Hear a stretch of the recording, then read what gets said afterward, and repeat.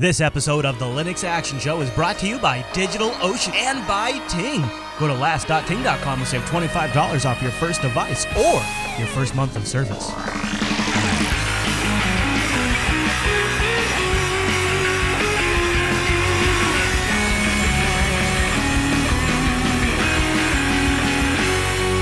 Welcome to the Linux Action Show, episode 320.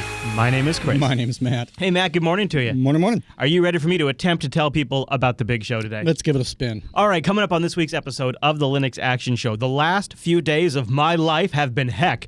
I suffered a massive btrfs failure, but I have recovered, and now I am stronger, and I am empowered to pass along to you how I recovered from my disaster, what I did, because I'll admit it was kind of my fault. The tips and tricks, how you can prevent this from happening, reclaim space, and optimize for SSD drives using btrfs, and if it's time for you to consider it, and if maybe it's time for you not to. I'll tell you who you might be, and it probably is a lot more of you than you're thinking, so make sure you stay tuned to that. And then in the feedback segment, we're going to try to help somebody break their bad distro hopping habit. Nice. Talk about some upcoming fests, and then get ready for this, Matt. In the news segment, we're going to take a look at the new Ubuntu MATE remix. Yeah. And then, Matt, I got some bad news if you've been to Linux Journal recently. Oh, boy. Yeah, I'll tell you about that. Boy. Everybody's talking about that story. But first, Matt, Bad monkey. it is our picks right here on episode 320. And this next one, I love it because it shows you what you can do with some of this hardware and really solve some problems. We're all about solving problems. I am all about that. So this GSM base station powered by a BeagleBone Black runs Linux. So this is kind of fun. Q5Sys, producer of the show, submitted this to the Linux Action Show subreddit. Now, of course, the BeagleBone Black, you guys are familiar with this. 1 gigahertz ARM Cortex A8 processor. And we also, unlike the Pi, has built-in 4 gig on storage, which means you get rid of the need for an SD card. Which is a big win for me. Yeah, frees up some extra I.O. too. Now, here's what this is. This is so cool. So, imagine you're in a place, maybe you got an office building or your house, you don't have very good cell signal. Sure. Well, your provider will sell you like a femto cell or whatever they call it, right? Right. It turns out, if you watch TechSnap too, by the way, these things are riddled with massive security issues. I bet. Surprise, surprise. Now, of course, it depends on the vendor, but so here's what this is. This is based on Debian Wheezy 7. It's upgraded to the 3.15.2 Linux kernel. It has a USRP B200 board. This is a fully integrated single-board universal software radio peripheral. So this is like a software-defined radio board. Okay. It's a platform with continuous frequency coverage from 70 megahertz up to 6 gigahertz. It's designed for low-cost experimentation. It combines fully integrated direct low-cost transceivers. It can go up to 56 megahertz of real-time bandwidth, and it's open and programmable. It has a built-in FPGA, and you connect it to the BeagleBone. It's actually bigger than the BeagleBone, but then you connect an antenna to that, and you using software to find this as the piece that talks to the cellular network. Whoa, seriously? Oh, Yeah. dude, that's epic. There's a piece of software called Open BTS that provides the part of the communication and protocols with the cellular network. Authentication to the cellular network to subscribe as a registered operator is actually just using SIP auth serve. So I guess the cell networks are using some old technology there. That's funny. But using this BeagleBone Black, installing it with Debian Wheezy 7, popping a new kernel on there, and then getting the software-defined board, which this is the most expensive part. Okay, so the software-defined board, when I was digging around, now maybe there's other places you could find this, but for what I saw, $675 US. Yeah, you're doing it because you love it. Yeah. Not necessarily Because honestly, at that point, you could just buy one from your telco, right? You wouldn't. Yeah, I mean, couldn't you, and then maybe put a firewall in front or something? I don't know. Well, you see, that is the thing, is you don't have the control and you have the security issues. So if you're concerned about that, or if you have a BeagleBone Black, that'll save you $55 right there. True. It'd be a hell of a project. Sure. Oh, it'd be fun. And then you get to SSH into your femto cell, which is pretty cool. So there's a whole how-to to do it. So you really only have to buy these 3 components to set up. You start copying and pasting stuff. I mean, like, there you go. He's laid it all out here. I love it. Yeah, he says their Open BTS software allows them to control the transceiver and the interfaces with SIP for the calls and SMS. Pretty cool. I would love to just have a Mr. Wizard hour of stuff like this. So there's the whole whole setup right there. So so that's a big board. The smallest board right here is the BeagleBone Black. Okay. This is the software-defined radio, as I believe it to be. I believe so, yeah. The B200.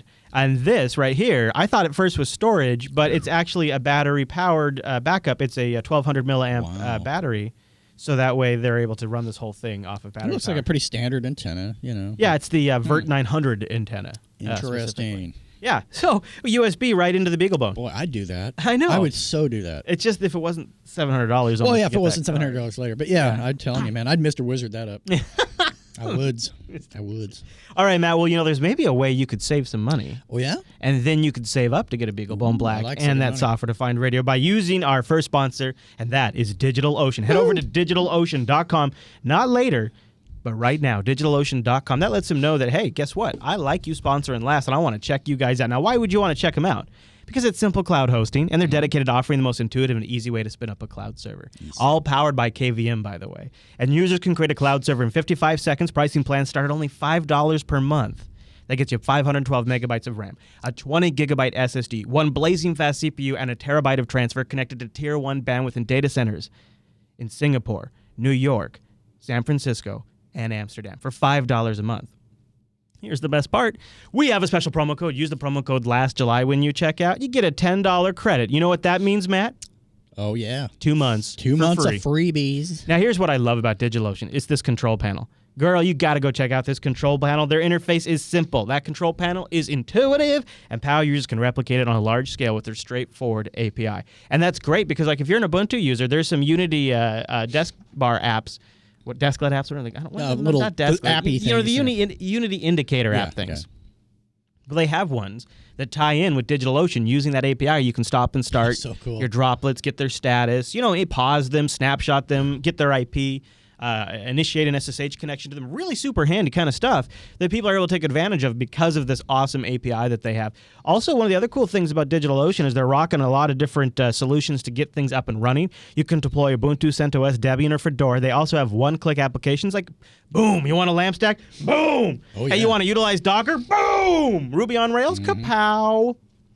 All of that just one click away, running on top of KVM on a Linux box. And because of those SSD drives, your CPU is not sitting around waiting for I/O. Right. So your density can go way, way up on something like this. Plus, that Tier 1 bandwidth is connected to those SSD drives. So that's really one of DigitalOcean's secret sauces, is the performance is just awesome because the whole stack is totally optimized. So go over to DigitalOcean.com and use the promo code last July to get that $10 credit. Try it for 2 months. They've also got hourly pricings, and then you can really stretch that $10 out. I got a quick little story on that. I was going to just share real quick that one of the things I'm really digging about it is running a BitTorrent sync option on that. Oh, totally, dude. You get it SSH set up so that when you're logging into your GUI, you're doing it at localhost. You don't do anything weird. Yeah. That's exactly how I do it. Is it really? Yeah. I run BitTorrent sync on my DigitalOcean droplet. Otherwise, you're defeating the purpose. Hey, guys, here's my password. I don't have the web web interface only accepts connections from localhost. Right, so it means a little bit of hurdle, but I'm not Yep. changing my sync settings that often. Someone tries to log in, it's not going to happen. I love that, and I also love the fact that I've been doing some WordPress stuff on it, and I'm going to be looking at doing Ghost, I think, next. Oh, really? Yeah, they got a one-click. They got a one-click for Ghost. That's what attracted me to it, because I wouldn't have tried otherwise, but I love the fact it's another blogging platform that I can investigate, and I need to kind of keep up on this stuff, so why not, right? Why not try it out? And you can use that promo code last July, and then you can just get it for 2 months to try anything you want, and you get root access to a box. There it is. It's yours. It's yours. All right, Matt, so excuse me. I'm drinking iced coffee. Yeah. Which is... I don't know. Are you kind of not so sure yet? Well, I didn't have anything to put in it too, so it's just so it's just straight up dark coffee. But don't worry, Yeah. I did brew it like a hipster. So That's important. Yeah, don't be concerned about that. Hey, you know what I like? What do you like? Podcasts. I like podcasts. I like podcasts. And Podcasts are good. I'm always looking for ways to manage my podcast, and I use a combination of Pocket Cast, BitTorrent Sync, Gpotter, and Subsonic. And really Miro too, depending on what I'm doing, because it's nuts, right? And so I don't know if this is going to be it, but I want to talk about Vocal. Okay. It's being worked on by the folks that are working on Elementary OS. It's really hard to get your hands on right now. Oh, so it's not like just publicly available. You can't just go get it. It's because it has dependencies on Elementary OS.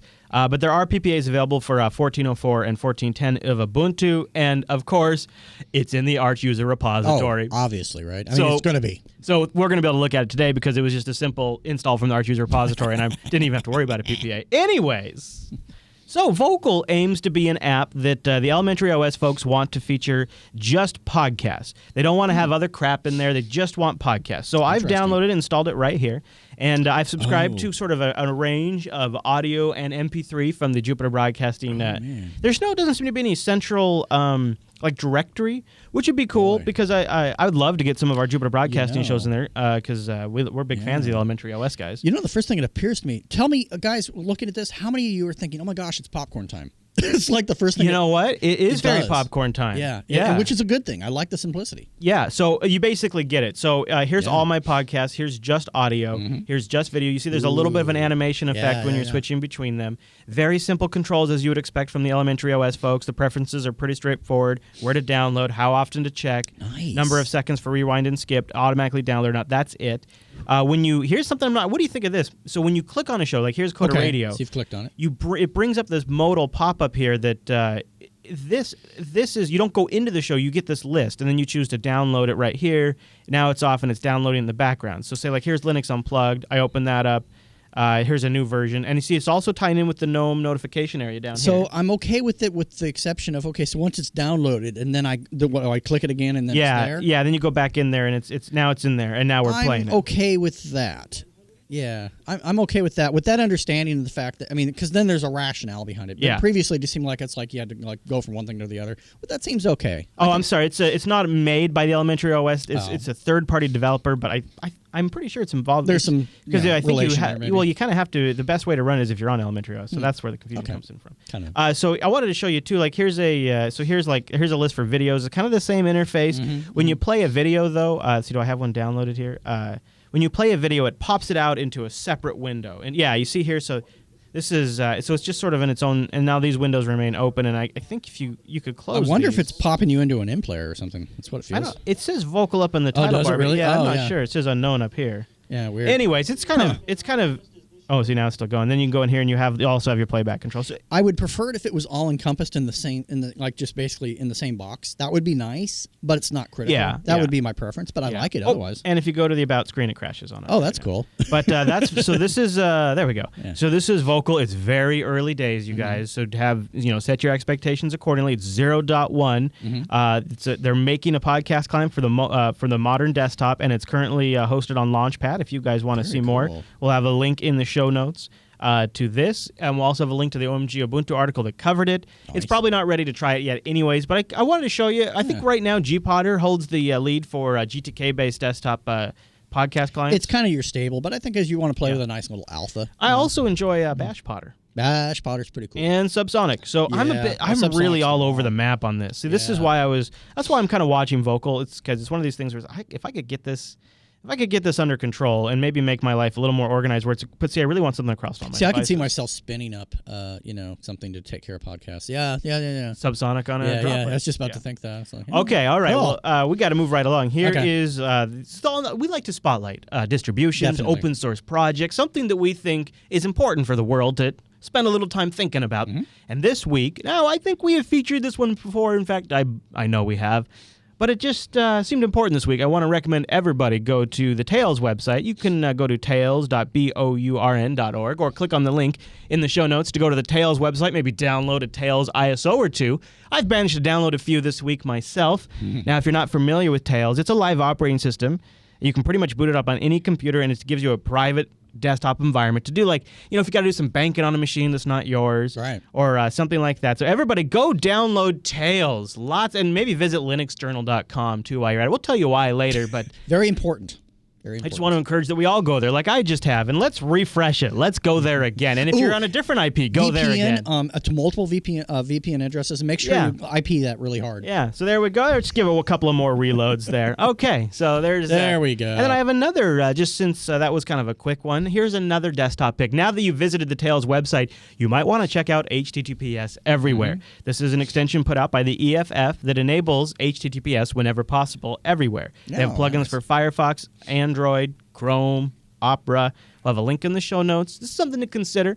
If you're going to any terrorist websites like Jupiter Broadcasting or Linux Journal, clearly, you might want to use HTTPS everywhere. Definitely.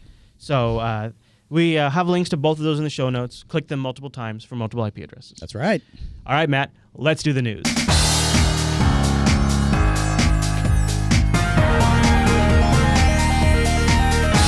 Hey, it's the news, and this episode is brought to you by Ting.com. Matt, Ting is mobile that makes sense. Ting is my mobile service provider and Matt's mobile service provider. Bam. Man, you're still rocking that Note 2. I'm still rocking the Note 2. Proud of you. I'm proud of you. You know what I'm still rocking? Nexus 5. I'm tri-booting that thing these days. Oh, yeah.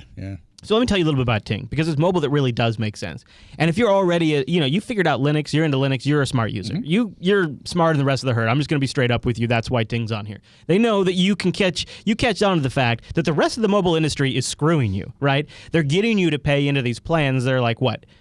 800 minutes when maybe you need 600, exactly. Or 1,000 minutes when you need 800. And they're taking a little bit off the top of your minutes, a little bit off the top of your megabytes, and a little bit off the messages. And if you ever go over, well, then they really get you.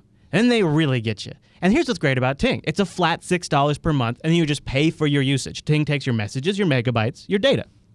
Whatever bucket you fall into, that's what you pay. Now, I'm going to be straight with you.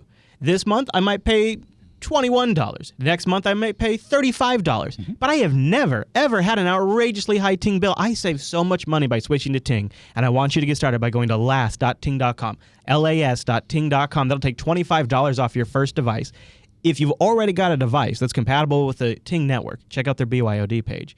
They'll take $25 off your first month of service. I'll give you credit. Actually, for me, that paid for more than my first month of service.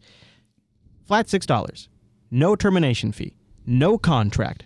No hold customer service. You call them at 1-855-TING-FTW anytime between 8 a.m. 8 p.m. and a real Canadian answers the phone. But here's the other thing that's great about Ting.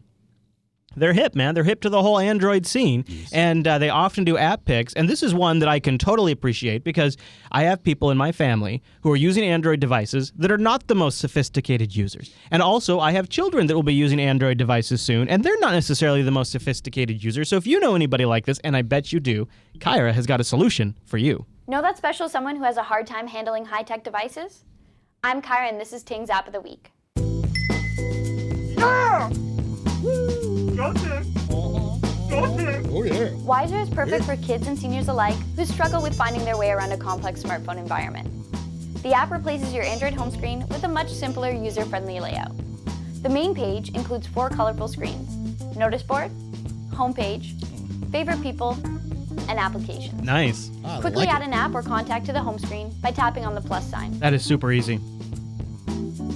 That is win. To the left of the home screen is the Notice Board, which clearly displays unread messages, emails, and anything else you'd usually see as a notification. Home includes the essential phone programs, along with a complete listing of apps on your device. Your dialer is different from the native app, Oh, wow. with large buttons that are easy to use.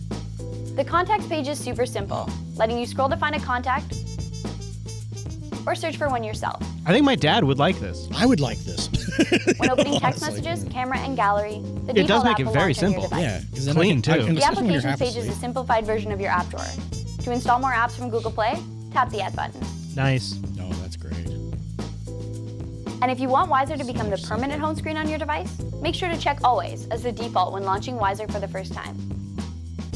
Wiser is available on Android for free from Google Play. You can find a link in the description below. Thanks for watching, and make sure to subscribe to our channel.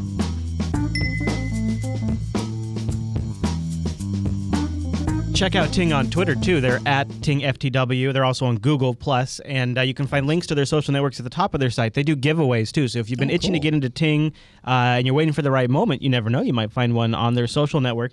I'd like that, too, and as producer Eric points out in the chat room, it is very much a lot like, it looks like the beginnings of Android L designs. Ting has a lot of great devices. Go over to last.ting.com to find something like the Nexus for $349. Not too bad right there. They've also got a Novatel MiFi if you want just data. They've got some refurbished phones. Or here's a Sierra LTE hotspot, $74. Ooh, see, things like that really catch my eye. $74, and then it's Right. $6 a month for the service. You just pay for what you use. Tell me that doesn't make the most sense. Especially ever. if you have an outage or you're traveling somewhere where there's no Wi-Fi. Yeah, man. You know? So head over to last.ting.com. They've also got feature phones too for starting at below $100. Like this one's $88. Oh, that's stupid cheap. That's great. It's an awesome way to go, and then you just pay for your usage. Last.ting.com, and a big thanks to Ting for sponsoring the Linux Action Show. All right, Matt. Well, we got to start with the story that it was submitted to the Linux Action Show subreddit like 4 or 5 times this week. It's all over everywhere. Are you familiar with the NSA? Oh, see, they're the guys that give us ice cream, right? Are you familiar with their program called X Keyscore? Are you familiar with X Keyscore? I've heard Matt? of it, yes, and I've not heard. I was afraid if I looked it up, I'd be on a list. Yeah, but yeah. Well, so X Keyscore, and there's a lot of places covering this. We're going to try to do a meta summary of all of this stuff. X Keyscore is a program that was revealed by Edward Snowden, and what it is it's sort of a selector. As the NSA slurps up traffic via the PRISM program, it then processes that traffic and it uses selectors inside the X Keyscore program to determine what it should be retaining versus what it should be discarding. PRISM operates on a 3-day buffer, so after 3 days, it discards everything that X Keyscore didn't set aside for long-term storage and further analysis. So that's the X Keyscore program. They have taps installed at all of the major ISPs throughout the whole internet. Like Google for screwing your privacy. Yeah, exactly. Yeah. So what the new investigation discloses is that 2 servers in Germany and Berlin are under surveillance by the NSA, and merely searching for the web, on like Google or anywhere else, I believe even DuckDuckGo, because again, this is being collected at the ISP level, not at the server level. Anytime you search for things like Tails or visit the linuxjournal.com, X Keyscore was trapping your data and saving it for analysis later on, or permanent retention is another way they call it. And there's a lot of little bits that'll come out, so we'll run through some of this here. But the way this was disclosed, it actually found the source code that because it's not so much source code as it is like an XML descriptor file that tells X Keyscore what to collect for. Right. And in the actual selector code, you see the words Linux Journal and things like that. Like you see the NSA is put in there. I mean, haven't you guys figured out that only terrorists use Linux? Yeah. Well, because if you're concerned about privacy, you must have something to hide. So Cory Doctorow has a really great write-up on Boing Boing. Boing Boing also one of the sites in X Keyscore's selectors. So if you visit Boing Boing, you are then flagged for permanent retention of your internet traffic. So we'll go through a little bit of what Cory had to say. He said Tor and Tails were part of the mainstream discussion of online security, obviously, for years now. So it's kind of bizarre that he says it's kind of bizarre to place people under suspicion for searching for these terms. Indeed, we have actually talked about these quite a bit here on the show. And Cory shows, and here's an image from one of the NSA slides. And if you look at this, Matt, you can see they have the Tor router on there. They have, and the guy, terrorist. it's like a splitting image of most Linux guys, right? The terrorist has a beard. He's got a bad guy mask and a weapon behind him. Yeah. This is an official slide from the NSA. Oh, I believe it. I mean, it's actually, it makes Microsoft slides look.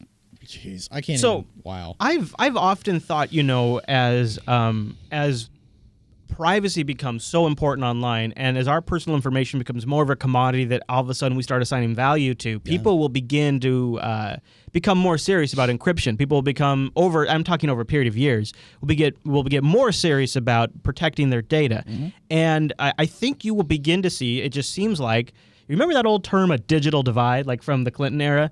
But it's like a digital divide now where people who know how to cover their tracks and use things like Tor and DNS crypt and GPG versus people who don't. Is it like a blue pill, red pill kind of thing, maybe?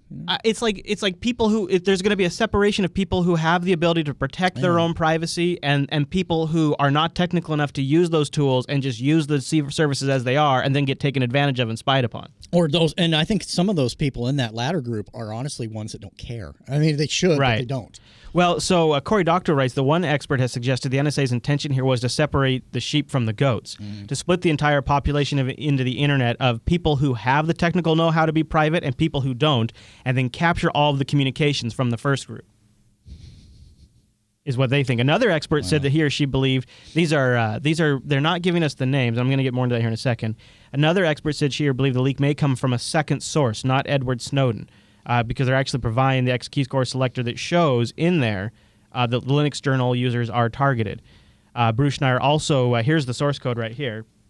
Bruce Schneier shares with us the source code of X Keyscore, and you can see terms, and Tails is in there. Incognito Live System is in there. People searching for IRC or TrueCrypt is in there. The URL, Tails URL is in there, and then there's linuxjournal.com right there in the code. Well, it seems like, I guess this kind of makes what they're doing open source, right? It is now, thanks to a leaker. Yeah. Theoretically, too, a new leaker, which is kind of a big deal. If people don't believe this came from the Snowden leaks, that could be a huge, ginormous story on its own. Well, I think where this gets scary, a lot of links to go through. A lot of people think, okay, whoop-de-doo, so they're holding my data. anything. Look at club reward cards at your grocery store. Okay, a lot of times they will take your purchasing habits and assign a certain value of you as a customer based on your purchasing habits. One item by itself is no big deal, but if you're like really into like carb heavy foods, you might start seeing coupons appear in your mailbox that relate to that. It's the same thing with the NSA. By itself, it might not seem like a big deal, but you visit one thing, you do another thing, it might be associated with something you're not even aware of. Next thing you know, you're on a list. You don't know. Yeah. Association's a scary, scary thing, guys. Well, and it's just more about having the right, and it also it's got to be illegal. I mean, there's that aspect of it too. Well, I mean, like I left the right and wrong of it so long. I mean, that ship is so far sailed. Right. It's gone. Right. Now it's just a matter of being practical on how you handle your data, really. I've often wondered too, because I mean, should it be at the point where people like us should be worried about being watched because we've linked to these sites? Oh, I've downloaded these things. I'm sure we've been for a We long get email time. from people all around the world, including like places like Afghanistan, and I mean, it's like we get all kinds of. I mean, anyways, it's very concerning. I like to throw out disinformation every once in a while. Lots of My Little Pony, things like that. Well, just keep it interesting. That's one thing. Is like I think really what I want to do is just be very. I don't want to overreact, but I'm going to take a very rational approach. I think over the next over the remainder of 2014, and I want to try to encrypt all of the things I can. Oh yeah, I would at the router it, level if you can. Yeah. I started it. After the first round of NSA revelations, I brought a lot of things in, right? I declouded a lot of things, but there's still a lot of things that are up in third-party services. I'm not using encryption like on all my email. I'm not signing every email. I'm just now recently starting to use DNS crypt, but I'm just playing with that. Well, and the flip side of it too is that I think there's probably a weight system to this, so that if you go that route versus like the casual traffic, if you're encrypting everything, I would think that in a weighting system, you're pushing yourself closer to the top of the list. I don't know. Personally, I would do a little bit of both. I'd keep it casual. I'd keep my casual stuff casual, and anything that's none of their damn business. I just feel like if I encrypt all of the things, then there's not like the stuff that's obviously needs to be protected versus like the noise, and all my noise actually makes it harder to figure out what I am doing that's encrypted. That's true. No, that's definitely true. Like let's say you're using one of these logless VPNs, for example. That's all fun and games unless you're paying with BitTorrent, by the way. So don't get too cocky there, guys. But point being, they're still going to log that, whether or not they can like identify it to you and whatnot. There's so many variables. See, now Marky in the chat room says that we're just being extremely paranoid, but I disagree. I mean, for one thing, is it changed my browsing habits at all? No. Do I use VPN for most things? Honestly, I don't. So I'm not saying it would make me paranoid, but I think it's delusional not to wake up and smell the coffee. How we react to it as an individual choice. And I want to be clear, too. This might only be applicable right now. These X key score selectors might only be active in Germany. We don't really have all of the details. These might not even be applicable to U.S. citizens, but it has to be considered that if it's possible to do it there, they could turn it on somewhere else. Sure. And Jacob Applebaum is confirming that the X key score selection rules that target users are just people who just visit the website of Tor, Tails, and Linux Journal, among others. It's not just your metadata. They're doing a full one-to-one copy of all of your internet traffic. By visiting those sites, you go on a list. Yeah. And see, they do a full take collection of everything. Right. And see, everything. And people think we're being paranoid. By itself, agreed. It literally is like, it's about as different as logging your library card checkouts that you did of books and stuff at the library. Who cares, right? But then that combined with another habit, things happen. That's literally, and Google this is actually how they do catch the bad guys. They use these tools and these techniques. Whether or not you were mistakenly grouped into that, who knows what they compare, what they consider what. I mean, let's look at this logically. Their slide of a Linux user looks like he's from Al-Qaeda. Burn that into your head for a minute. Who's being paranoid? Wake up. Yeah, that's actually... Really think about that. Yeah, good point. What the hell? Because you're basically, they're already branding their subordinates into believing that first of all, I don't have facial hair, so bleh. But secondly, come on now. And so if you think about it, if anybody has the ability to protect themselves, it's the people who know about these things, so maybe they are the people to watch. So anyways, if you're curious about XKeyscore, we have more links in the show notes, as well as slides that have been leaked over the last year of XKeyscore that talk about like how they'll monitor for anybody that fires up a VPN, and as soon as a VPN connection goes active. I don't think there's much more. I mean, the fact that this made it in the Linux Action Show primarily is a function of the fact that they are specifically targeting Linux users. And we saw the Linux journal, right? But this is one XML descriptor file for one collection facility. They could have other selector descriptor files for other types of Linux things in other locations. Maybe they don't. We don't know. But it's something to keep in mind there, too. Don't have to be paranoid. No. Just stay educated. Well, and I think an important thing we all need to do is we need to start a Flickr account, and we need to get ourselves some onions and some Duck Dynasty beards, and we need to start a actual group picture thing. Okay. And then we should email that to their PR office so that they know that, hey, we appreciate the extra getting the word out about Linux. We really appreciate that. Yeah. Thanks, guys. Yeah, thanks for the boost in PR, NSA. And here's our beards. So speaking of encrypting all of the things, there's an ultra-simple app that promises to encrypt all of the things via a browser plugin. I don't know how you say this guy's name, Nadim Kozy. He's actually got some credibility in this area, too, and he's about to unveil this at the Hope Hacker Conference in New York later this month. He's been having private beta testers test it for a little while now. It's a file encryption program called Minilock. It's a free and open-source browser plugin designed to allow even Luddites to encrypt and decrypt files with practically uncrackable encryption, as they say. Ooh, cool. The tagline is, the file encryption that does more with less. The 23-year-old coder, activist, security consultant says it's super simple, approachable, and almost impossible to be confused with using. There's a shot of the UI right there. Which looks pretty cool. Yeah, it looks pretty. There's your Minilock ID. You drop the file in there, it encrypts it for you. And I got some details a little bit of details on how the technology of it works here. There's no need to register or log in every time Minilock launches. The user enters only a passphrase, although Minilock does require a strong one, which may require as many as 30 characters with symbols and numbers, or a passphrase. The program then derives a public key, which it calls a Minilock ID, and a private key, which the user never sees and is erased when the program closes. Minilock uses elliptic curve cryptography to do the actual encryption there.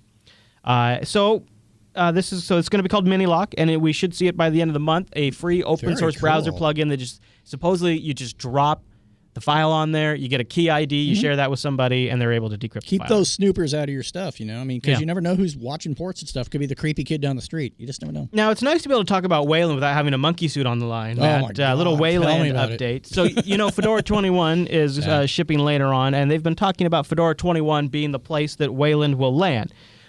Well, not exactly. Yeah. So the summary is they don't expect to have a version of Wayland in Fedora Workstation 21. They expect here's what we're going to have. You're going to have a shippable version in 21, but it's not going to. It should be a functional desktop too. Okay. Functional. However, they want to hold off on making it the default because there's still some missing pieces that will not work fully, which means that since they want to ship at least one Fedora release with a feature-complete Wayland as the option before making it default, that means Fedora Workstation, we're calling it that now. Fedora Workstation 23 is the easiest Wayland, is where you're going to see it. And 23 will be the easiest Wayland right out of the box. Boom. Wayland's up and going. In 20, so we're going to see 21 in November.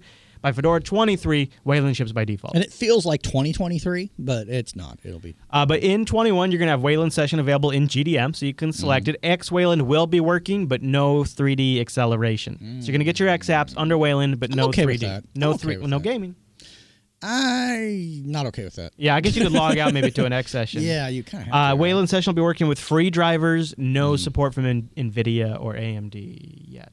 At least not before 21.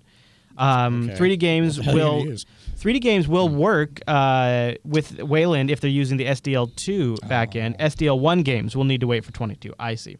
And touchscreen support will not be working yet under Wayland in 21. But they'll have, outside of 3D accelerated for X11 apps, and if you got the open source driver, you don't want to play any Steam games. You don't have something that makes direct calls to... Well, and I think it's a great opportunity to kind of test compatibility, experience, blah, blah, blah, and then just log into X when you want a game. Who cares, right? I saw some people dogging on Fedora for it, but I just thought, if you need to delay till you get it right. This is a huge change. Yeah. This is one of the most ginormous changes in years on the Linux desktop. So don't rush it. Right. No, please don't rush it. Please don't. Them, right? Don't do one of these distro things to where it's like, oh, hey, we're on a deadline. Let's pop it out there. Nah, take your time. Get it done right.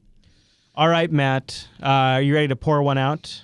The Improv Project has announced that they are coming to an end. Now, you might remember this it started as the Vivaldi Tablet Project. I remember, yeah. Aaron Saigo and team. Wow, yeah. Carl Simmons, on behalf of Aaron Saigo and the rest of the Improv crew, has sent out an email to its backers saying the project is over.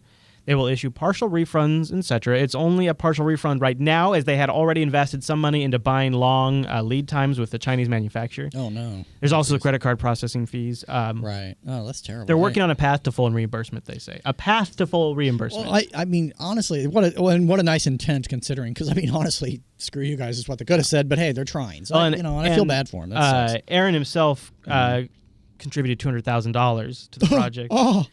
But at the end of the day, this is from the email, direct quote from Carl Simmons here. He says, there was simply not enough support to make the project work. Despite having a fully functional production-ready device and strong commitment to succeed, the free software community does not seem ready at this point to make a concerted effort to stand on pressing issues of hardware freedom.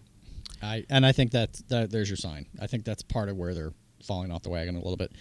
Because I mean, you look at things like the Beagle board, right? I mean, there's a lot of successful open hardware. When anything in open source fails, and first of all, my heart goes out to Aaron on that. That sucks so hard. I'm so sorry you lost that cash, and that really blows. So I'm not knocking you on that. That being said, when something fails in open source, it doesn't mean the community's not ready. Sometimes things just aren't the market. I know it's a four-letter word kind of thing, but the market's just not ready for it. Sometimes it's just there's another direction or a better way or more accessible way to have certain ways of doing things. It's so, the community's not ready for stuff. That stuff bugs me. I don't like that terminology. But my heart goes out. I was excited about the improv too. Oh yeah. I thought that was going to be a neat piece of kit, and so I'm kind of disappointed to see it go away because I was planning to jump on that. Oh yeah, definitely. I think it's fantastic. I'd have totally been on board with it. But I also kind of respect them for like just being willing. It's almost harder sometimes to call quits when you need to. After all that, not just time investment and money investment, but community investment as well. Yeah. So boy, that's too bad. Yeah. So there you go. I mean, and the hard thing is there's a lot of other things coming out right now that are going to be at pretty competitive prices. And that manufacturing piece is so hard to work out, and especially with these multi-billion-dollar corporations that kind of have that locked up. And anyone thinking about doing hardware, I'm going to tell you, come in here for a minute and really listen to what I'm saying. Hardware is a money loss game unless you have ridiculous sums of money at your disposal or you have a ridiculous niche. You're going to get screwed unless you have a really good ahead of time plan. Yeah. We've seen a lot of people with more money fail. Yeah. So for sure. Something to be aware of. We're watching some of those do it right now in the marketplace. Mm-hmm. Yes. Let's talk about Ubuntu MATE Remix. This is kind of cool. Here it is, Matt. It's early days still for the project, but it's definitely gotten to a point where it's worth checking out. They got their site up. Of course, the team is some people we know. Wimpy from the MATE project. He's been on Linux Unplugged lots of times, and of course, Popey is also on Linux Unplugged. That's cool. Tech Talk Today all the time. And Brett Wiley, I don't know who the hell that is, but he seems like a nice guy. So they put together Ubuntu MATE Remix. Matt, get your nostalgia bone ready. Are you ready? Because guess what? I've got it installed here for you. I'm going to give you a little walkthrough. Give me a walkie. And I got to tell you, Matt. So, okay, here it is. I got it run under VirtualBox. Oh, you got 804 installed. Oh, that's awesome. Right. No kidding. Look at. I don't mean that in a negative way. I actually look at here's the file manager, right? Here's the old applications menu, just the way it used to be. Here's your system preferences administration. Great. I think it's so cool because here's the rub: is I miss the original GNOME 2 experience. So for me, this is great. I think this is awesome. Yeah, I mean it is. I really do. I like it. I got to tell you, it uncannily feels like the old days of Ubuntu. It does, yeah, it really. I mean, it was this that drew me into it in the first place. Honestly. Yeah. And Mate's gotten pretty good. So here's what the Ubuntu MATE guys say their objective is. Now, number one objective is they just want to use Ubuntu to create a solid foundation on which to build just a pure MATE-focused desktop. That's the number one goal. Cool. Or MATE. MATE. Okay, but here's the secondary goals. Like, these are just other ones they're just going to throw in there. Like, you asked us, so we're just going to tell you why I didn't act. All right, okay. Okay, we're going to go there. They say increase both Ubuntu and MATE user adoption. Okay. Makes sense. Restore the heydays of Ubuntu before indicators, unities, and scopes were introduced. Which translates into you don't like Unity, shut the hell up, and then that's moving on. So. And also a solid, hey, something for computers that maybe aren't too powerful. Something for computers that don't have enough horsepower. That's ding, ding, ding. They also want to use the Ubuntu themes where possible. Package selection will favor functionality and stability over lightness and whimsy. Provide a refuge for Linux users who prefer a traditional desktop experience. And get adopted as an official Ubuntu flavor. which all are pretty damn good goals. I think this is so great on so many levels. I think this is fantastic because it just completely nullifies the whole Unity hate thing because it's like don't right use it. because you get There here's go. I believe this is actually based on 14.10 too. So this is definitely Perfect. early days. But so you get a really fresh Ubuntu experience, but you get the Mate desktop. I think that's absolutely And great. people have said, like, why would you run this over Mint? And the answer is essentially because this is Ubuntu. Not that Mint isn't, but this is just straight line Ubuntu. Right. 14.10. Exactly. But yeah. Now, Mint is great, but it gets a little rough when you start going into PPAs designed for Ubuntu. Most will run, some don't, and Popey will certainly fill you in on any extra details there. But it can get a little rough around the edges. So you know, Mint is fine if you're sticking to traditional packages generally. All right, so I've been launching a few applications. I've launched System Monitor. Here's the new Control Center, which is essentially looks like the OG Compiz config, but it's nice. You got your hardware sections, all that kind of stuff. I like everything about this. Okay, overdue. Matt. Our grand total memory usage right now, the system's been running all morning, even before the show So you've started. had some chance to really ramp that bad boy. 332 megabytes of memory currently in use. Close it down. You're gonna crash any minute now. Yeah, and the biggest thing great. is the Mate panel. That's taking the most space, and the Blue Man applet, which I could totally kill that. And then my file manager is taking some memory and my applets and stuff like that. And I got a few applets running, but not bad great. for a very performant, functional desktop. And the other things too is what's great about this is I'm running this over a network connection over my NFS mount. That's awesome. And it's still running pretty good. Bundle that with one of those lightweight browsers. Bada bing, bada boom. And if you need a Linux for a virtual machine, this is perfect. Mate really, because it gets you that good traditional desktop experience. Yes. But it doesn't require any fancy video drivers. No. And it runs in VirtualBox. You're running great. So I would imagine on physical hardware, this thing would be a champ. Oh yes. So congrats to those guys, and probably make a good steaming platform too. You can find it at ubuntu-mate.org. Nice. And follow them on the tweeters too and the G pluses for updates. Good looking page too. I harsh on Ubuntu for a lot of things, but this is one area I think was well deserved, overdue, and awesome. Producer Eric confirms he's tried it on physical hardware and it runs fantastic. Nice. All right, Matt, that's all the news for this week.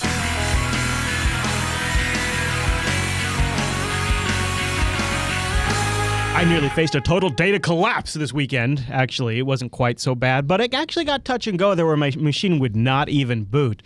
And I did have to go off a live environment, jump into the old file system, and do a little bit of recovery. I'll tell you all about that, but first, I want to thank our segment sponsor, System 76, creators of machines designed, born to run Linux. And look at this right now. They got some great summer details. They got a free wireless upgrade for the Ultra Pro. That features the Intel Iris graphics with a gorgeous IPS 14-inch display, 1080p resolution. Looks so nice. That nice upgraded keyboard, too. And you know what else?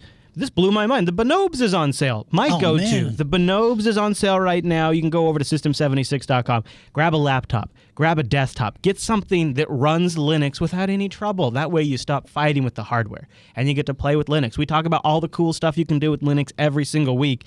I don't want you watching the show, getting inspired, and then being stopped by the fiddling you have to do with your hardware. Just go get something from System 76 and support a Linux vendor at the same time. System76.com. Tell them the Linux Action Show sent you, would you? And a big thank you to System 76 for sponsoring the Linux Action Show. Love those guys. Okay, so I got, Matt, we got to do a little retrospective here. We've been running Arch for over a year. We did the Seriously? Arch Challenge middle of May. Oh wow.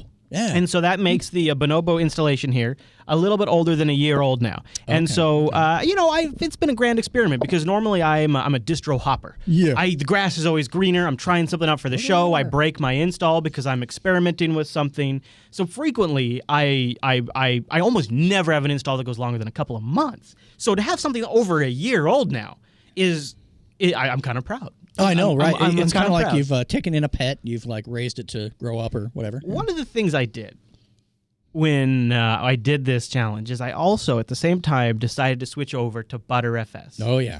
Because I wanted to see what long-term usage of btrfs would look like. And boy, did I learn this weekend. And you'll remember about 3 or 4 weeks ago, we asked you here on the Linux Action Show, do you trust your critical data to btrfs?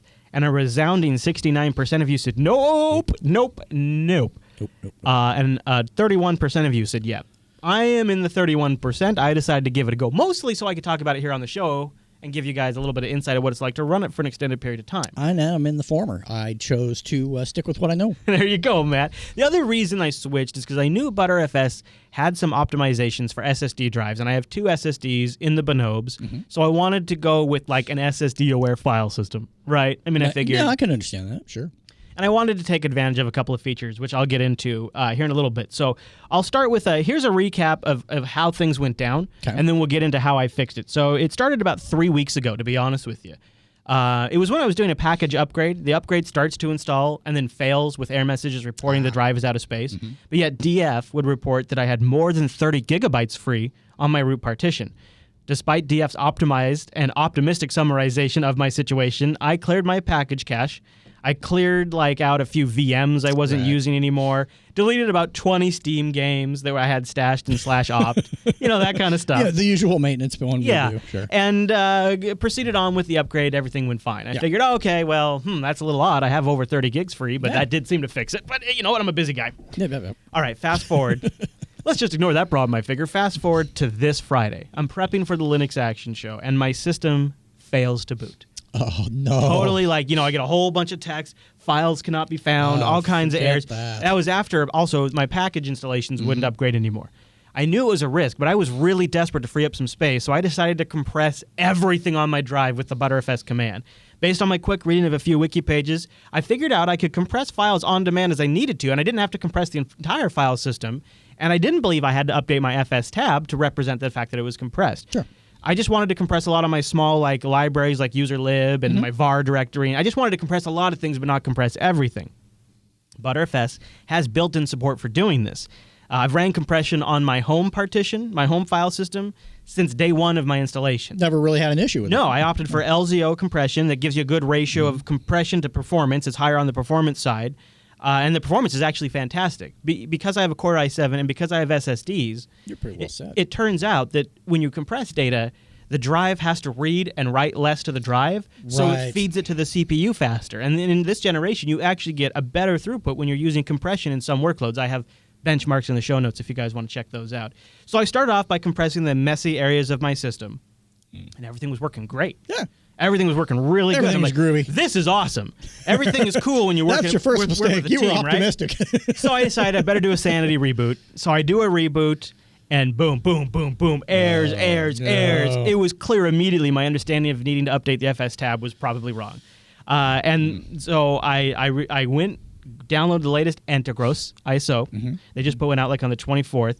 DD'd that over to a USB 3.0 thumb drive. Nice. I booted my Bonobo off that into the Integros live environment. I fired up gparted to remind myself what partition was actually my root FS. Yeah. It's been more than a year since I installed it.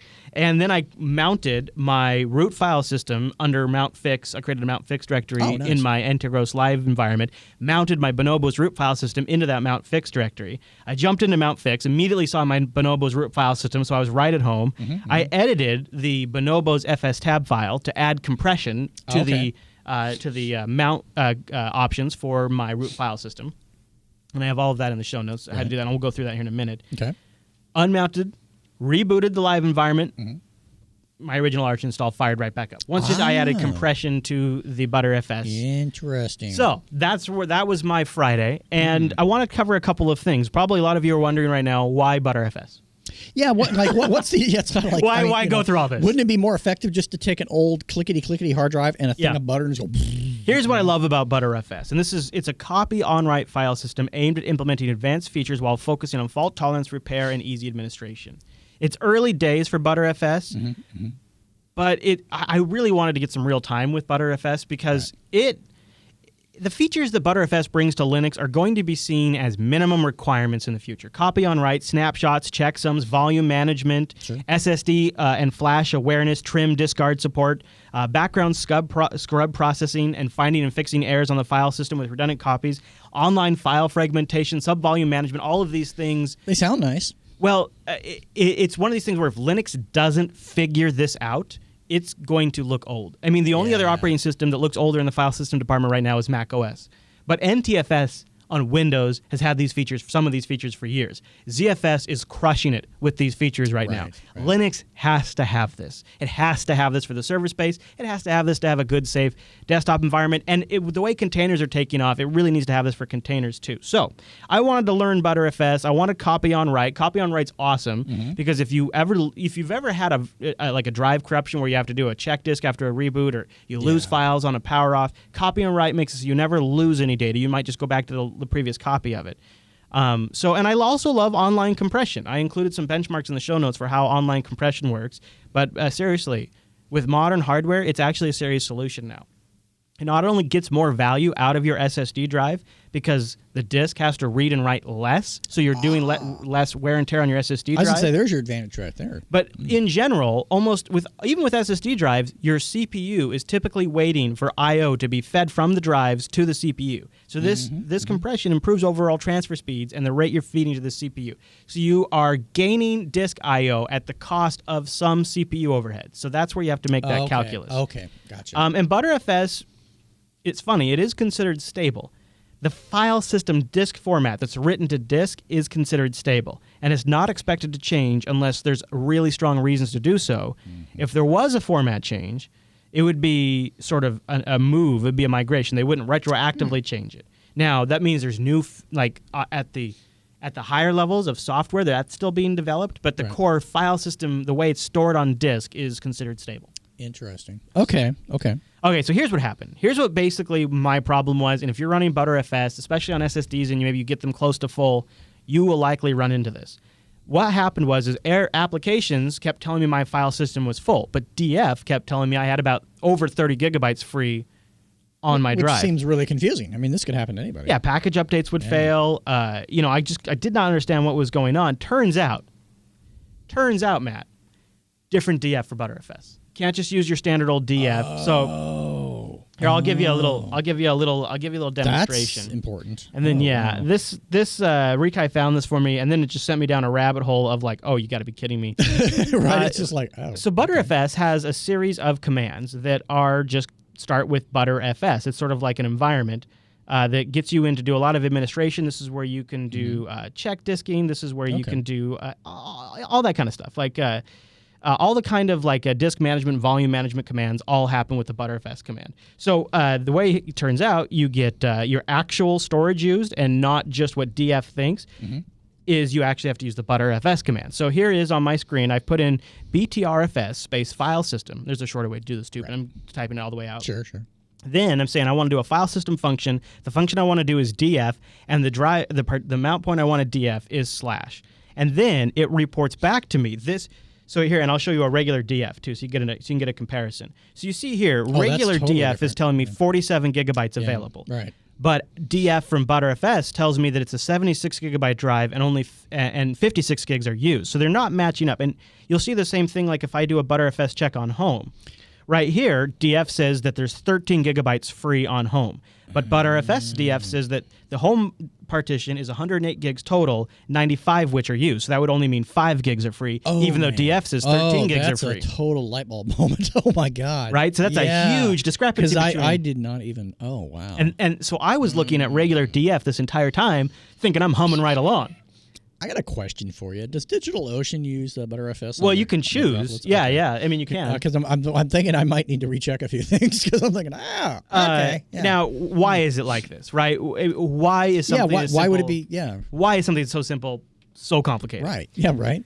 Here's how they explain it. They say, and I'll link to the full wiki write-up if you guys are interested. In general, it's impossible to give an accurate estimate of the amount of free space on any btrfs file system. And then they put in bold, yep, this sucks. If you have a really good idea how to make it work and it's simple for users to understand how much space they've got left, please let us know. But also, please be aware that the finest minds in btrfs development have been thinking about this problem for at least a couple of years, and we haven't found a simple solution yet. Dang. Because then you got to really stop and think, am I using the right command for my file system?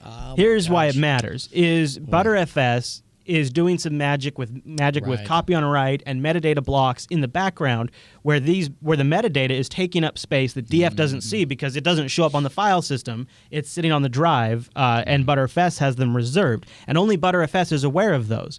So once I understood that was the problem, there's these magical hidden blocks that are taking up space. I then began to figure out, well, how can I go clean up these blocks and sort of organize things so that way I have more space available? And you're not wasting space on nothing, right? Exactly. So it turns out there is a way to do this. It's a process called balancing. Now, balancing in traditional parlance is something you do across a RAID array to balance out the data across a stripe set or something like that. However, balance in the btrfs sense is actually something else. Balance is a type of defragmentation, but it doesn't do a file level defragmentation. A balance on btrfs is instead a block level defragmentation. It can move data from less used block groups to the remaining ones, and then using the usage of the drive better. And I have a little diagram in the show notes diagram that helps. Yeah. kind of shows how this works. Matt, huge difference. I've got, let me go find, I've got a before and after shot. I got a few things actually I need to check with this. This is fantastic. I'm thinking, because actually, yeah, oh boy. Okay. I tell you what, too, like it was one of those things where this was sort of, I was a little worried about a rebalance because a rebalance, it's not necessarily a polite thing to do to an SSD drive because it's literally moving every block on your drive to another location. It's almost like trying to change the table setting from one table to another by just grabbing an end of a tablecloth and pulling it out. Yeah, because you run it while it's online too, which is the other crazy thing. So that's crazy. Here's my drive space report from btrfs. Let me zoom in a little bit here. I'll pull this up. So this was my home file system, and you can see that my drive size is 110 gigabytes and 103 gigabytes are used. Right. So I'm in a really bad situation here. Yeah. And I've deleted pretty much everything I could delete.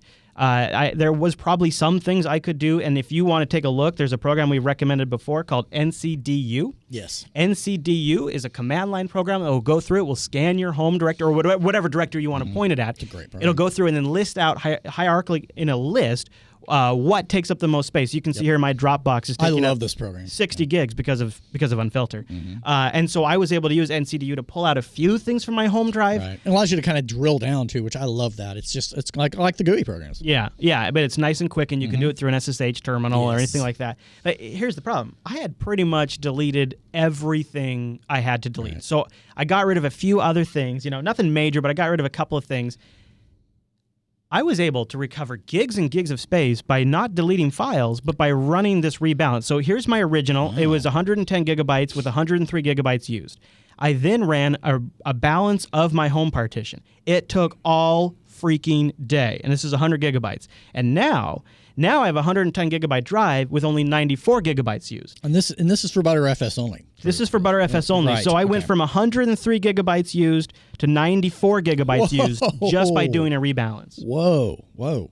And then what I did after a rebalance, because now I'm all in, right? Now I want to really try to optimize as much space as possible. And again, I have all these commands in the show notes, how you do it, my notes around them. And by the way, you don't need to rebalance too regularly. We have information about the balancing in the show notes. You can then defragment files. I decided there's a command we can do with btrfs is while it defrags, also compress those files. So I ran a defrag and compression at the same time to sort of make sure, do another pass over all my files, make sure everything's compressed. And I know that sounds crazy, but it actually works really well. I have here's some more benchmarks. You can see when you're pounding on an SSD, compression will actually help you get more throughput through. And I also have information in the show notes about the different types of btrfs compression and what their trade-offs are. The key thing when you're doing file system compression is test it first, like on a home or test it somewhere safe. Then you have to go into your FS tab, and here, see if I can pull that up. You have to go into your FS tab, and you have to add the compression flag here. So go. I'll show you my FS tab, Matt. Okay. So here's the line for my root file system, and I have these copied in the show notes too. You can see I added compress comma right there. And on my home partition, I've actually gone a little bit further, and I've been testing out further SSD optimizations, including the discard option, space cache option, auto defrag, so it defrags automatically, and an in-node cache to help reduce reads and writes. So I have additional SSD optimizations I'm testing out on my home partition. I'll run it like that for a few weeks. Once I feel like that's safe, I'll then also add these to my root file system. And I would recommend you kind of take the same approach, is try it somewhere where you have a backup of it, where you're not going to hook your whole system up. You're not going to ruin it. Use these compression flags. and Btrfs will start compressing as it writes files. Interesting. I like that. And for a lot of you out there, that may actually be less hassle to just do it on your root if your home's more important. Yeah, depending on where you're at. Yeah, for sure. Okay, a couple other things for SSDs under Btrfs. For best results, to get full SSD awareness and optimization, you need to be running kernel 3.14 or up. No, it seems reasonable. Pretty if you're reasonable on a now. bleeding edge distro, you'll be in the good house. Not everybody's gonna be able to do that. No, it's not a requirement but take full advantage. Right. And here's I put no access time, so that way you're not updating file timestamps all the time. Using compression as LZO. Make it SSD aware. When you do just the flag SSD, Btrfs turns on a whole bunch of SSD things like trim support and all that kind of So stuff. now if you're doing this in like 313, 312 or something like that, you're not going to the odds are not that you're going to break something or something. No, in fact, I think since like the 2 series, Btrfs has automatically generally detected SSDs and turned on trim and stuff like that. Most You might machines already are have 314. I mean, I'm not. But I'm looking at other. If I go Btrfs in the future, I may. I like to keep a couple of machines a little bit behind. There you go. So, yeah, exactly. Okay. So I have all of these, all of the things I've added to my FS tab to sort of optimize for SSDs and add compression. And I think I have this sense that a lot of you are watching thinking, Chris is crazy using compression on his whole drive. I'm telling you, it actually works just fine. I don't know, maybe it's because I have an i7, but it's gotten. Essentially, it's taken an install that was totally full, totally just crammed full of crap, and extended it for, I don't know, months? I don't know how much more distance I'm getting out of it. I think anything's crazy until it's been tested and proven. And, That's true. And it's like, well, you can't fly like a bird. That's crazy talk. Or you can't go to the moon. I mean, it's the same type of thing. Yeah. Everything's crazy until you can prove it can be done. It's like, oh, okay, yeah, we did that. All right, now I got to be real, though. There are a few gotchas. There's a few things you need to know about. Okay. Let's start with if you use files that need a lot of random writes, they can get heavily fragmented, especially if you're not using the auto defrag option I mentioned. This can cause excessive hard drive thrashing and multi-second spikes of CPU load on systems with an SSD. You will see this too as Chrome will sort of lock up from time to time. Right. And that would be a problem for me. Also, potentially virtual machines can sometimes suffer from this. One way you can do this is you can disable copy on write. That will help. You can turn on auto defrag. That will help. Desktops, this permanently affects application databases, including like Firefox and Chromium backend profiles, GNOME Zygest, Ubuntu Desktop Couch, Banshee, and Evolution's data store can all be affected by this particular problem. If I turn on auto defrag, am I going to take a performance hit for that choice? I would bet. You think? Because I would imagine then you kind of it. lose some of your benefit, and then it comes out in the wash. Btrfs is smart enough where it has like a 30-second buffer operation where it will do the thing what it needs to have the most performance for right away. Okay. And then it keeps in track, okay, well, I'm delaying this process so that way I can continue to meet the user's demands. And then when there's a dip in requests, it then completes that action. So it might do it. It might handle your auto application's defrag. the engine, essentially, and then the trolley's like your defrag, so it can kind of troll. Okay, it can track So that might help with the particular problem they're talking about here. You can also manually defragment your drive from time to time. And that may be the best bet. Yeah, I mean, who doesn't? Windows users have been defragmenting for years. Who doesn't love doing that? Oh, boy. And there's a few other issues that you probably need to be aware of, but those are the ones that are kind of the biggest one. There's a few issues that are specific to RAID. I gotta say though, okay, a year in, I was really wondering, like, if my machine was hosed, like, and I had to reload, I was kind of like, oh man, I'm killing my year plus install. But now, am I gonna go back to Btrfs? Am I gonna go like extended 4 or XFS? You'll go Btrfs. I know that without even. Yeah, I knew that without even a question. And the reason why is rather simple. For one thing, it's been a year in without any real issues. This is really the first time, and it's because I filled my drives, right? Yeah, legitimately so. So, and it's because I'm dealing with SSD. I mean, this is a guy that pops hard drives like others pop toast, and so for this to happen, I mean, this is pretty minor on the scale of things because it's repairable. I guess so. Yeah, I am back up and running and doing the show on the machine. Yep. That does speak for itself. In a way, I was able to recover. I look at it like if you're really cramped on space, I think Btrfs is not for you. And if using like the Btrfs to get your file system space availability is too complicated, it's not for you. And by the way, that also means things like Conky and a lot of the widgets that just use the standard tools to report your free space are also now incorrectly reporting your free space. So like I have a Conky widget on my desktop. Right. Yeah. That's lying to me. It's telling you stories. Yeah. See, it says 12 gigs free right there. Yeah. 12. We know that's not true. So here, I think you could almost weigh it out in that if you're a bleeding edge operating system kind of guy, this is probably a great option for you. If you're someone that likes it safe and stable, maybe not. Yeah. That might be a good way to look at it because this is something that requires a little thinking and a little, time and a commitment. I guess I would say too, like if you got an SSD and you really want like to get the longest life out of your SSD on Linux, I think btrfs is probably something you should consider because it's got the built-in SSD awareness, that's value. the trim support, plus you can use the compression where you get more space out of it and you're reducing writes to your SSD. So maybe the alternative is, okay, you're a stable guy, you can kind of do the set it and forget it approach to where you do most of these things, and get it done. Well, or like Kaipu in the chat room right now is saying, hey, how about this? System disk with all your applications and stuff is SSD. Long-term data storage, like a 4 terabyte drive, is a spinning drive with extended 4. There you go. That's the way to do it. There's your Bob's Uncle. And then you can now, and with these tools, go to our show notes. The show notes rock this week in general, but there's lots of stuff in there about commands you can use to check your free space, how to defragment your btrfs, how to defragment just the metadata of your btrfs drive, which is a quicker way, and maybe it might be a way to reclaim some space without spending a ton of time. You can do the balancing and the defragmentation while your system's online, so you just run it in a terminal. You can continue to use your system. It'll be a little slow. I think that's the way to go.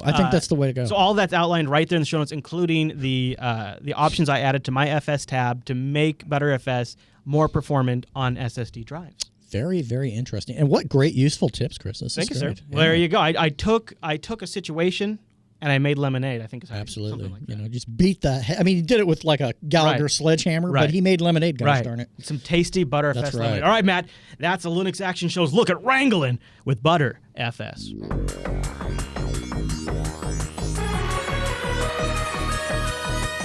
And that brings us to the end of this week's broadcast. But Matt, yes. Before we get out of here, I want to read a few emails. What do you think? Sounds good. All right, our first one comes in from Elroy. It says, hey, there's going to be a Seattle Central Community College Linux Fest. Oh. Yeah, it's happening on October 24th and the 25th in 2014. Okay. He says, since it's in your area, maybe it'd be a good idea to get some interviews for the show without having to travel too far. Karen Sandler, the recent executive director of the Gnome Foundation, will be the keynote speaker. You can find out more at cgl.org, seagl.org. And it looks nice. Yeah. October 24th and 25th, right here in Seattle, which is awesome. It's a grassroots technical conference dedicated to spreading awareness and knowledge of GNU/Linux and Libre and open source hardware and software. That's awesome. However, it is going on at the same time Ohio Linux Fest is going on.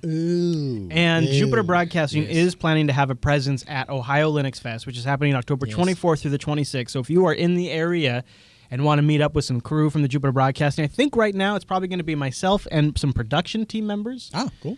Because they're kind of near there, and possibly Ange and I don't know exactly because it's so far out, but I'm planning to go, and some of the production team is planning to go to Ohio Linux Fest 2014, October 24th through the 26th. Nice. Yes.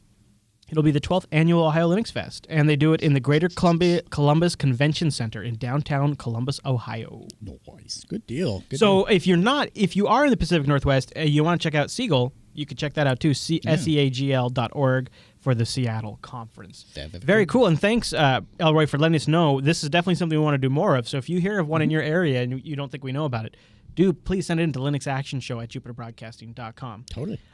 Handsome Lars in beautiful Norway writes in, hey, I'm a longtime listener of the show since way before Jupiter Broadcasting was even a thing, really. Love the shows. It's the only shows that I still listen to, so take it as a compliment. That's awesome. My question is, do you know of any Linux RDP clients that support remote desktop gateways? Googling tells me that FreeRDP can do it, but many, me included, can't get it to work. There's been a client called iTap that supports this, but it's been discontinued. I need this to use terminal servers at work. Currently, I use a VM with Windows 7 to do this. So he has to run a VM under Linux just to use remote desktop. He'd really like to be able to do it natively. Also, he wants to give us a tip.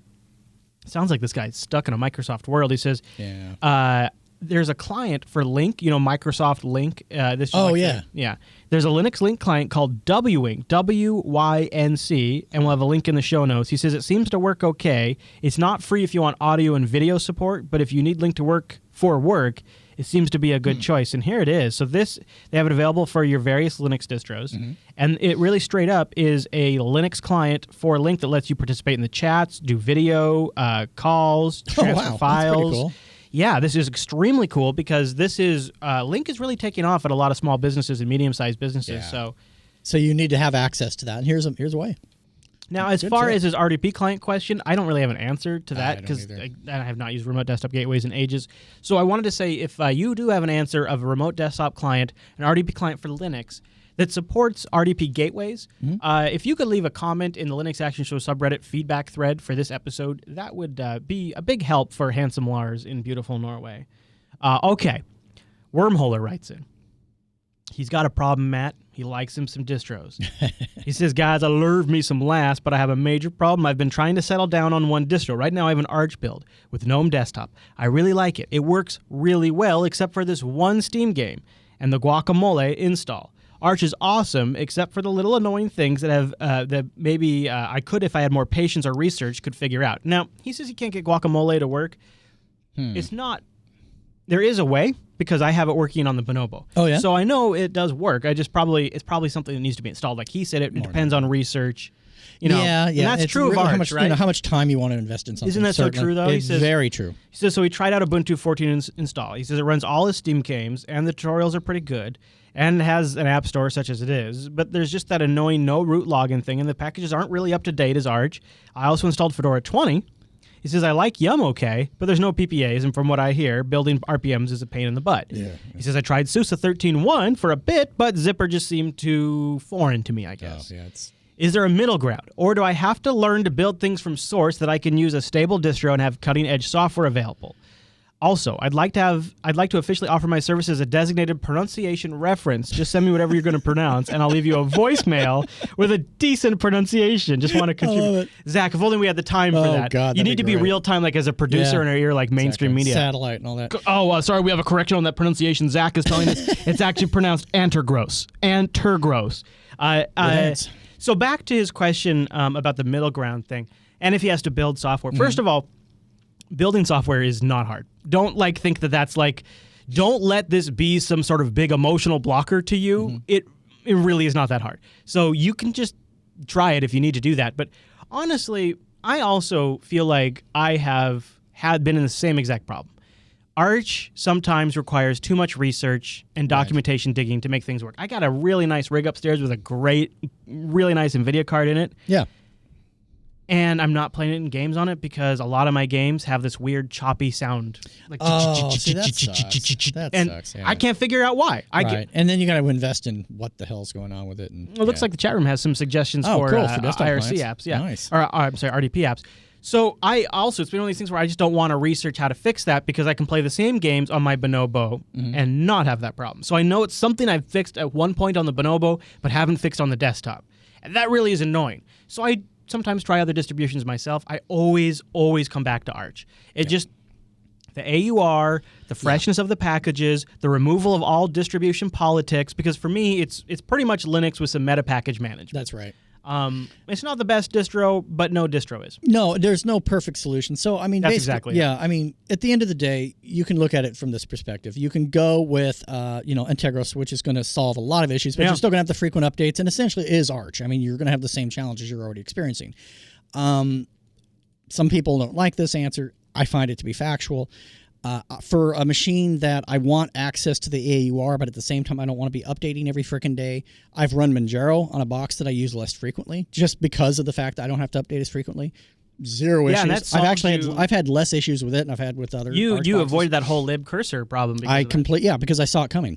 And so, so that is one option. Now, again, it's that Manjaro is not Arch. It's based on Arch. There's a big difference there, and it's a very different animal. And never, ever, ever, ever, ever, ever ask Manjaro questions in the Arch forums, and you'll be okay. Yeah, you'll have a bad time. So, and there's lots of people that hate it. Don't forget that too.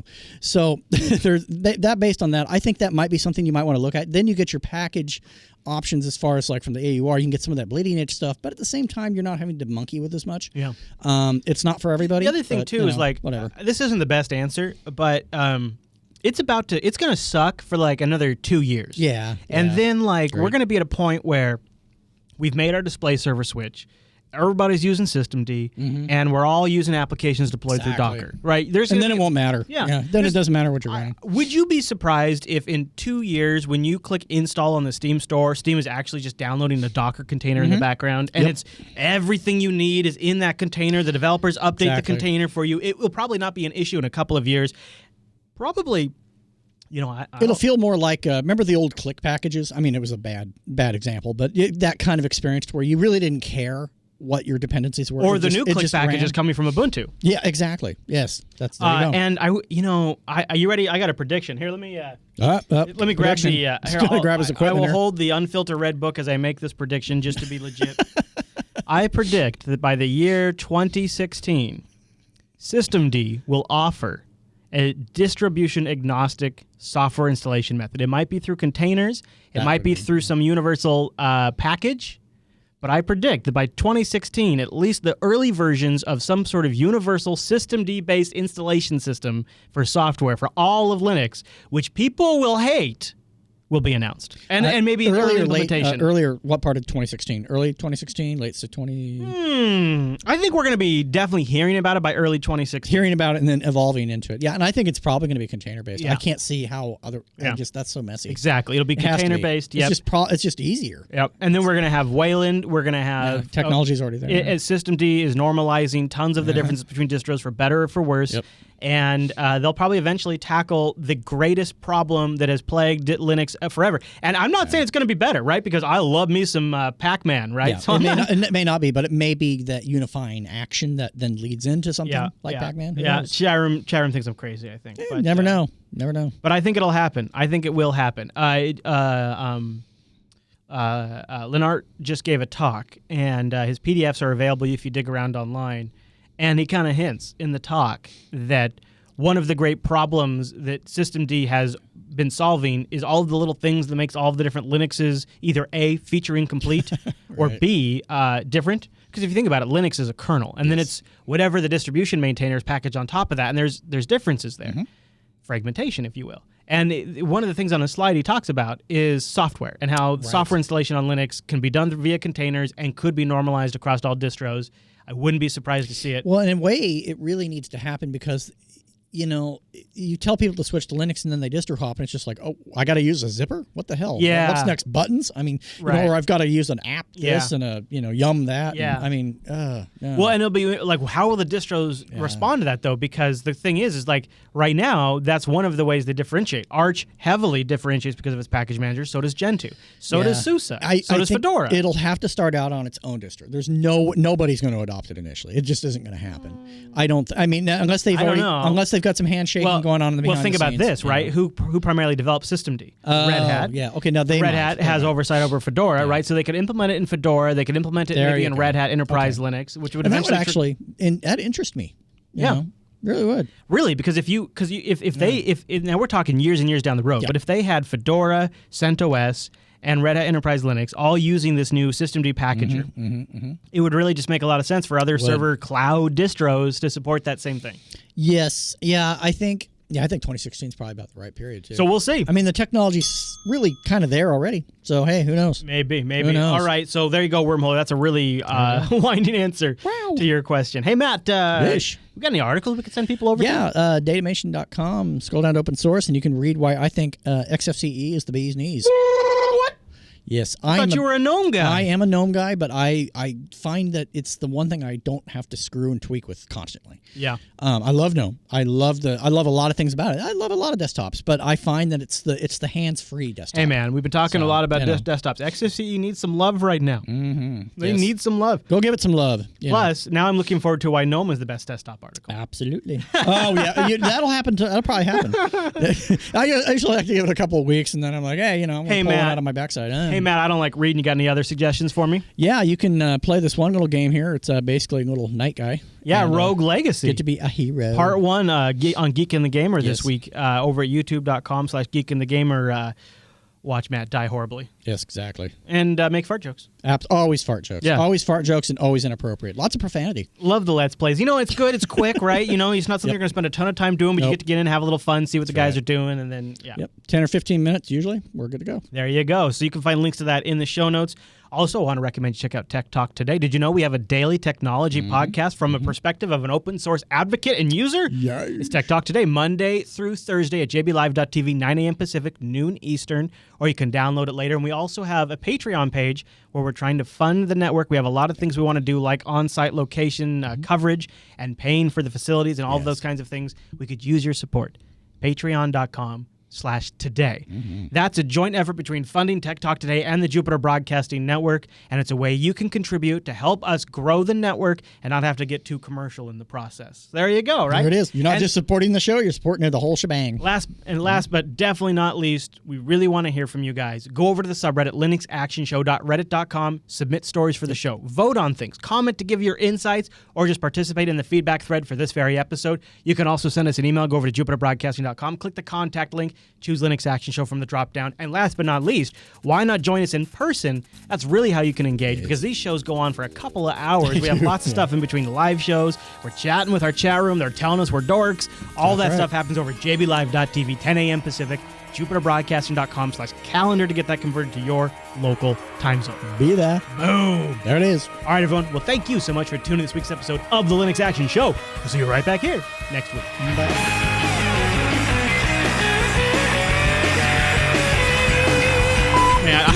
How hard am I back on GNOME right now? How hard am I back on GNOME? Hard. We're talking rigid, stiff. I'm back on. There's no plasticity. No, I'm back on GNOME hard right now. There's no plasticity. Like a boom. Like I returned and I didn't like just come back. I came back. I came back to You had to GNOME. walk through the door I sideways. came back to GNOME. Sideways. I came back.